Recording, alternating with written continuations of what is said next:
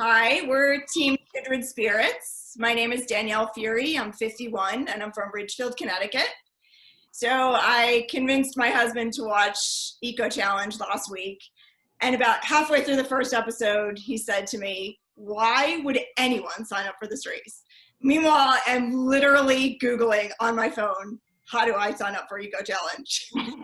I had this idea that I really wanted to put together an all-female team because I didn't see a lot of any all-female teams out there, and really any women or many women over 50 on any of the teams.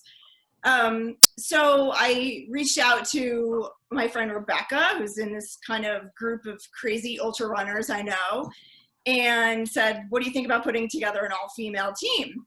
And of course, we looked at the rules and figured out pretty quickly that we couldn't do that. But Rebecca had some other ideas. And so I contacted the best guy I know. I had met him during the death race, and we had such a great experience. It's John Wall, who I contacted. I'm Rebecca. I'm 58, and I live in Naples, Florida. Hi, I'm John Wall. I live in Pasadena, Maryland, just south of Baltimore. And I knew about this race when it first came out in 1995 when it was televised. I've watched all the seasons since then for the few years that it was on. So I was into adventure racing right away. And in 2001 is when I actually got into adventure racing and started doing them on my own. So when Rebecca sent me a message a few nights ago at the beginning of this week, I knew right away I wanted to do this race. She asked me if I was, anybody else had asked if I wanted to be on a team yet. I said, of course not, but I'm definitely in for it. So I'm definitely ready and I'm excited. And when she contacted me, like she told me she already had Danielle on the team and we needed another person, and she hasn't heard back from a few people yet. So I remember I did a 100-miler with Kathy a couple years ago, and she had mentioned trying to register for the Fiji race back then. And we just kind of discussed it, but I didn't feel like I would be ready for that, or I don't know. So, and now that the opportunities come, thought this was a great time, and I sent her a message to see if she'd like to join the team. So my name is Kathy. I am 59 years old in Marshall, Michigan. John did get a hold of me and through an email and was telling me about that there was a team potentially forming of two badass females that I actually stalked on Facebook. And I thought it was a great opportunity. Have done some races prior, multi-day stuff, some adventure racing and other stuff. So in my wheelhouse, I guess. So, and I was super excited to be part of a strong female team. And along with John, since I've known him forever, that seemed like it was a pretty cool opportunity. So then this guy right next to me, we raced together, and also he's done crewing for me and on some of the ultra distance stuff that I've done, and he is pretty awesome and wouldn't do it without him. So this is Eric. Hi, my name's Her husband. Yeah. My husband. My name's Eric Wallace. I'm 55. I live in Marshall, Michigan with her. Oh.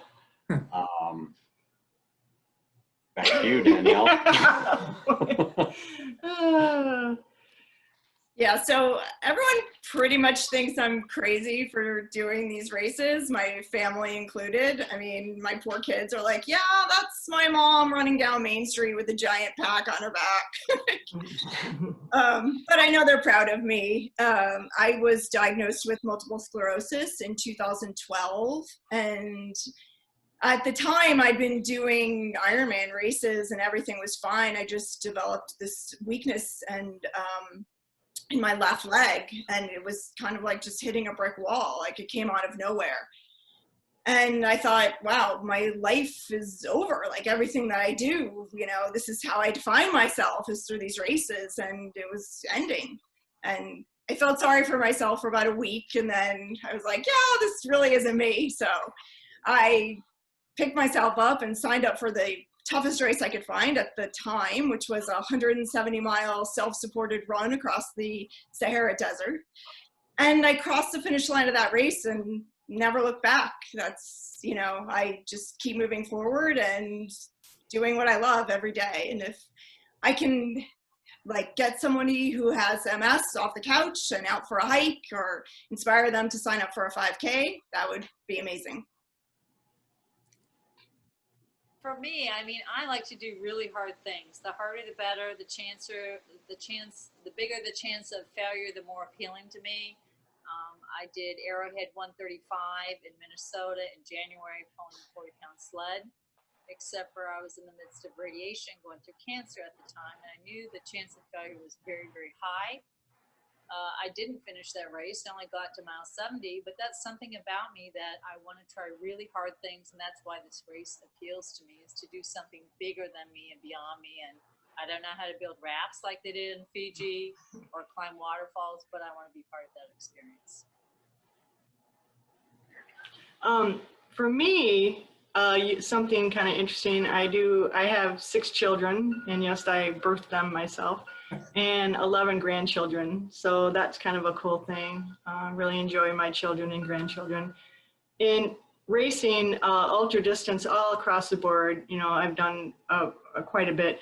But I do feel the expedition race, multi-day, 10-day adventure racing is the ultimate epic experience for a group of individuals to get together to experience the wilderness as a team. There's just, you can't get that anywhere else in the world. And so to have, again, this opportunity with these, you know, these people is pretty cool.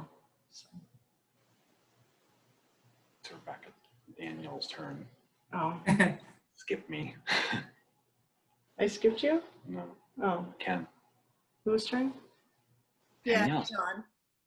Back to you, John. John's turn.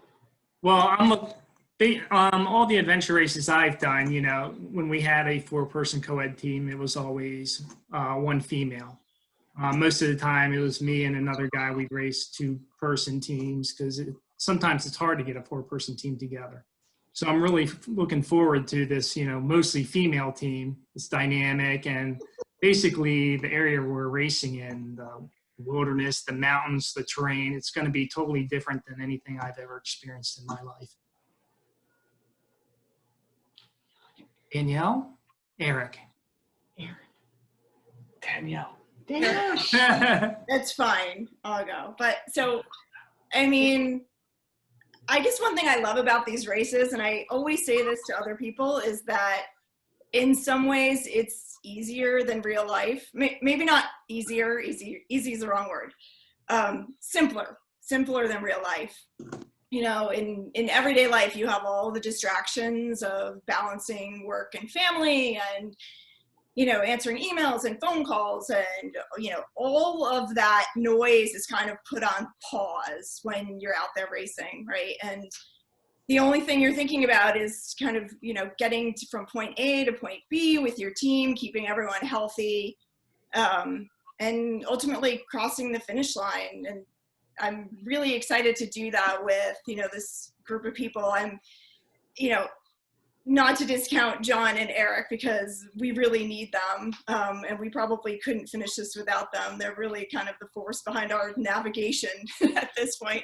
But, you know, to have a group of women that are over 50 and accomplishing something as amazing as this, at least attempting, I think is phenomenal. And I'm so excited to just be in this place where most people will never get a chance to see some of the places that we'll go through. Exactly. You nailed it. Nice job. Yep. Anyone else? Eric? So again, we're Team Kindred I'm Spirits. looking forward to it. Kindred spirits, yeah. Hoping for the best. That's right. Can't wait to get to Patagonia. So Yes. pick us. Okay.